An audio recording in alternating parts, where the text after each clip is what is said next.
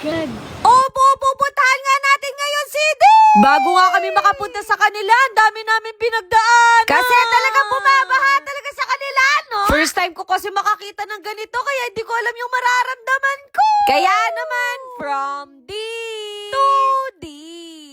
Yung alalim. Shucks, Lord, sana kaya, Lord, sana kaya. At eto nga, pupuntahan natin si Chawat ngayon. Nagdala na nga ako ng pang-waterproof na bag para if ever na mabasa ako, ready ako, no? Sakto, meron kaming isang botas dito, kaya magagamit ko siya. Gagamitin sana ni Mama to pang garden, pero parang ako yung una mamimit niya. Sabi sa akin ni Di, malalim daw yung baha doon. Nung una nga, hindi ako naniniwalang bumabaha kasi isang province lang kami. Kasi kung makikita niyo sa village namin, walang baha, no? Nagpaalam na nga ako kina Papa, pero si Mama gusto niya sumama. Nakita niya kasi na maraming tilapia doon, kaya gusto niya manghuli, no? Yung atake natin ngayon, para ako magre-rescue, tapos ako si Darna. Darna na low budget! Aray ko! Bago nga kami pupunta doon, naisipan kong bumili ng mga pagkain. Nalaman ko din na pahirapan daw lumabas doon kasi ang lalim daw ng baha doon. Malay niyo sa susunod, isang truck na yan, no? Salute din sa mga riders natin na kahit bumabagyo, patuloy pa rin sila nagtatrabaho. Kaya hanggat maaari, bigyan natin sila ng tip, no? Dumating na nga yung friend namin na si Clark. At dito na nga nagsimula yung pagsubok namin. Para din pala kaming housemate sa PBB na kailangan naming harapin yung hamon ni Kuya. Oh my God. At tuluyan na talaga ako naniwala na talagang baha talaga dito. Ang dami ko na nga mga nakitang sasakyan na tumitiri. Kaya kami ni Bunso kinakabahan na. Kinakabahan ako. Yung alalim.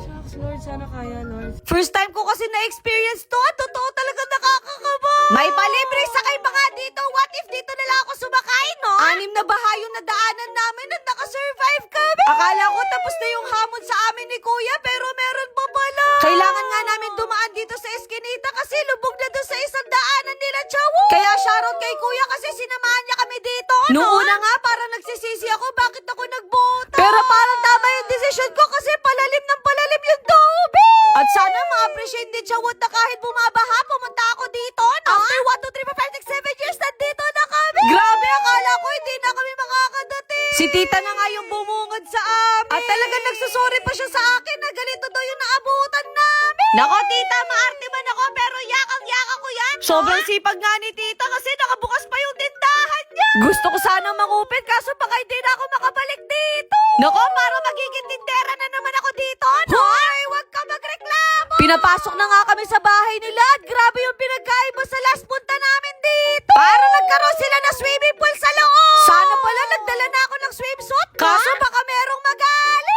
Hoy, Erika, hindi to water park. Pasensya na kayo, minsan nagiging isip bata ako, no? Grabe, nararamdaman ko yung hassle dito na kapag iihi ka o kakain, kailangan mo pa magbota. Kaya sana tumigil na yung ulan, no? Kasi hindi ka na nakakatawa. Hoy, bakit inaaway mo yung bagyo? Isa din sa napansin ko dito, parang sanay na yung mga tao dito na binabaha sila. Sobrang nakakalungkot lang na every year ganito yung na-experience sila dito. Baka naman. Natutuwa talaga ako na kahit simpleng tulong lang, sobrang saya na nila. At unti-unti na nga dumadami yung tao at paubos na yung pagkain natin. Pasensya na kayo, sa susunod na lang siguro yung 100 ba? Lagpas tuhod na nga yung baha dito, kaya mag-ingat kayo. Kasi iba-iba na yung nakikita ko lumulutang dito.